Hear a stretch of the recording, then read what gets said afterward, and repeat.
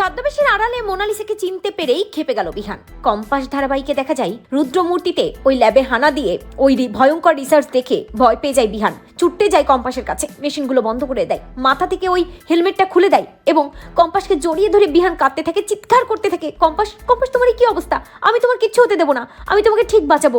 বিহান প্রচন্ড খেপে যায় ওই ল্যাবে যারা থাকে তাদেরকে দেখে। তবে বিহান প্রথমেই মোনালিসাকে দেখে চিনতে পারে না। মোনালিসা নিজের মুখটা লুকোনোর চেষ্টা করে এবং বিহান কম্পাসকে ওখানে মাটিতে রেখেই ওই সায়েন্টিস্ট অনিমেষ এবং মোনালিসাকে গিয়ে বলে কি হচ্ছিল এখানে, কি হচ্ছিল এখানে, কিসের রিসার্চ চলছিল। সায়েন্টিস্ট অনিমেষ বিহানকে সবটা বুঝিয়ে বলার নাটক করতে থাকে এবং বলতে থাকে আমি আপনাকে বলছি স্যার, এটা একটা রিসার্চ হচ্ছিল আর কম্পাস নিজে ইচ্ছাতে এই রিসার্চে জয়েন করেছে, আমরা কম্পাসকে কোনোভাবেই জোর করিনি। নাটক করে মোনালিসা বলতে থাকে হ্যাঁ ওই মেয়েটি তো আমাদের কাছে এসেছে রিসার্চে জয়েন করার জন্য।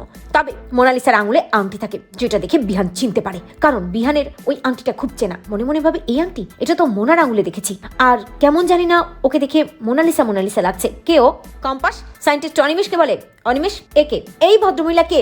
অনিমেষ নাটক করে বলে প্রফেসর রে, উনি প্রফেসর রে। কিন্তু বিহানের বিশ্বাস হয় না। নাটক করে মোনালিসা যখন সায়েন্টিস্ট অনিমেষকে বলে ঠিক আছে আমার কাজ তো আজকে ভেস্তে গেল, আমি তাহলে চলে যাচ্ছি, ঠিক তখনই বিহান ওর হাত টেনে ধরে এবং বিহান ওর নকল চুলটাও টান দেয়। আর তারপর ওই ছদ্মবেশী মোনালিসার আসল চেহারা সবার সামনে চলে আসে এবং বিহান ওকে চিনতে পারে। তো বন্ধুরা তোমরা এটাই চাও তো এভাবেই যেন ছদ্মবেশী মোনালিসাকে নিজেই চিনতে পারে বিহান? কমেন্ট করে জানাতে ভুলো না।